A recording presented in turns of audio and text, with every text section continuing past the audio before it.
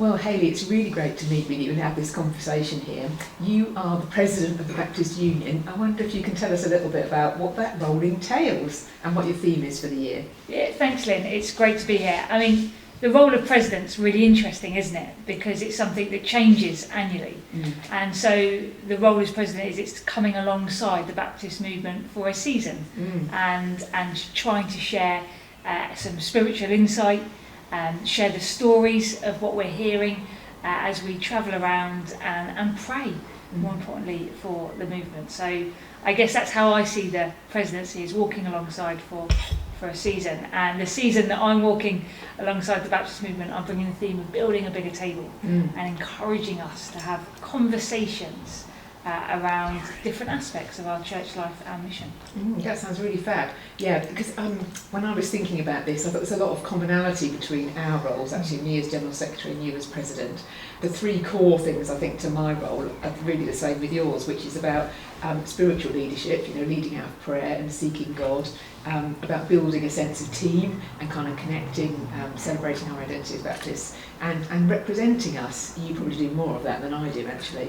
But I guess one of the differences then between our roles is that I've got the kind of the ongoing kind of day-to-day responsibility and kind of oversight of us as a movement, whereas you have the great privilege of just being able to share with people and listen and move around the building without having to think about some of those things. I think I get the fun part. Well, so I get to do it and walk away. Indeed, maybe in some ways, but so it's interesting the similarities and the differences in those things. In it, so I've got more governance responsibilities, I guess, whereas you are more presidential, as it says, and can move across the top. I think another thing we share actually, which is important, is that we're there for all the churches and for all our ministers, and actually to be listening to everyone, to be perceiving and discerning what God's doing is really important. And to be able to reflect to different parts of the family, maybe what God's doing in other parts of the family, is really, really important of our role, isn't it? Yeah, it's great, and I mean it's a joy, isn't it, to hear what God is doing in our churches and missional communities. And I wonder, in your role, is there enough time for you ever to go out and do that, or is the structural stuff being taken up? That's interesting. I think I made the decision right from the start that I was going to make sure there was enough time. I think, leading the Baptist Union was a bit like sort of housework, isn't it? There's a phrase years ago I read, housework expands to fill the time available. So to some extent, I think it's about being focused on these things. And I love to get out, so I'm often meeting with ministers and leaders, connecting with people, and can do that more virtually as well now. And so it's really, really good. So I think being out there and being connected, for me, we're a movement, we're a missional movement, and I don't see us primarily as an institution, and that's been really important for me from the get-go, and I hope it is for all of us. Yeah, that's great. And so what are the challenges from your point of view for us as a Baptist movement? Challenges at the moment? Well, I think they are kind of threefold, probably. I think one of the main challenges for us is the missional challenge, actually. We can reflect on this more.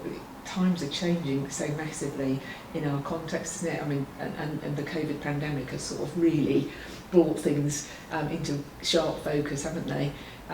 So what does it mean to be church right now?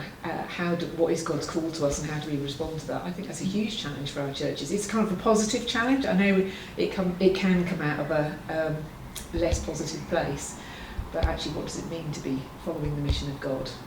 Where we are right now in this context is a real challenge. I do think we have some practical challenges. Our churches are declining, that is the reality.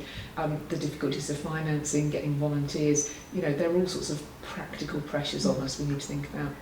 But I think one of the other challenges to us is what I might call the relational challenge. I think we live in times of great polarisation, don't we? Yeah. And we don't want that to be in our family. We're supposed to be modelling Christ and nurturing the unity that we have in Christ. So actually the way that we talk together about difficult things, the way that we negotiate what we're doing, the way that we serve together is really, really important. What sort of things are you seeing as the challenges? I think exactly the same, and I think I like to reframe it in a sense of hope. And this is where the building bigger table comes in. So with all of those challenges, the relational one of actually let's just be together I think sometimes when we are together and doing community together, we get to know people in their hearts and where they're from, and we see that locally. I think we've got a wonderful prophetic image here that we can share with divided communities. That it's not so with us. And even in difference, we can spend fellowship and community together. I think the challenge again of kind of churches facing lack of attendance, and actually that calls us to a deeper discipleship and who we invite into that. And Jesus did that around the meal table. And so I'm loving seeing churches adapt in those ways to put, instead of putting 45 minutes of singing as a priority, as wonderful as that is, and sometimes I really miss that, but actually having 45 minutes of eating together and being together is just so wonderful.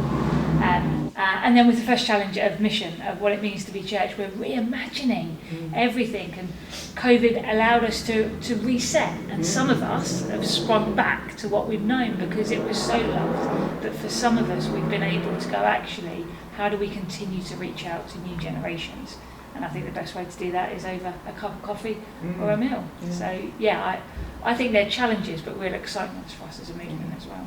I was at a conference recently and they were talking about the challenges of muscle memory, and which I thought was a really great image, isn't it? That in our bodies we often reproduce movements that we do again and again, and that's maybe what you're saying about churches. It's easy to kind of snap back into what we did before, but I've been so encouraged to see churches being willing to think outside the box and being challenged when we've not been able to meet on a Sunday in the same way.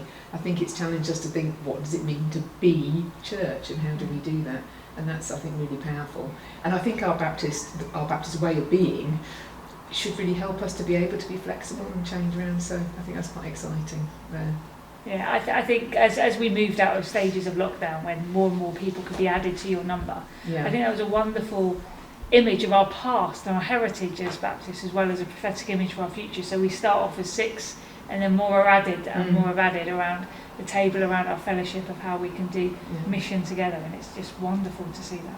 And the table's quite an extendable image as well, isn't it? I don't know about you, but we do kind of quite large scale catering in my house, and it's always, we actually have a dining room table that's really big, but then when we really have a big occasion, we get the kitchen table, or we get the table from the caravan, and and it's and you add and add and add, isn't it? And so that's that wonderful extendable image of building a bigger table, making room for people and making people feel at home. Is fab, isn't it? And like anything, when you're having people of great number around, and especially if there's kids or anything, there's always a movement around the table as well. So people that start off at one side end up on another side talking to different people and different things. So it's a wonderful image. Bless you.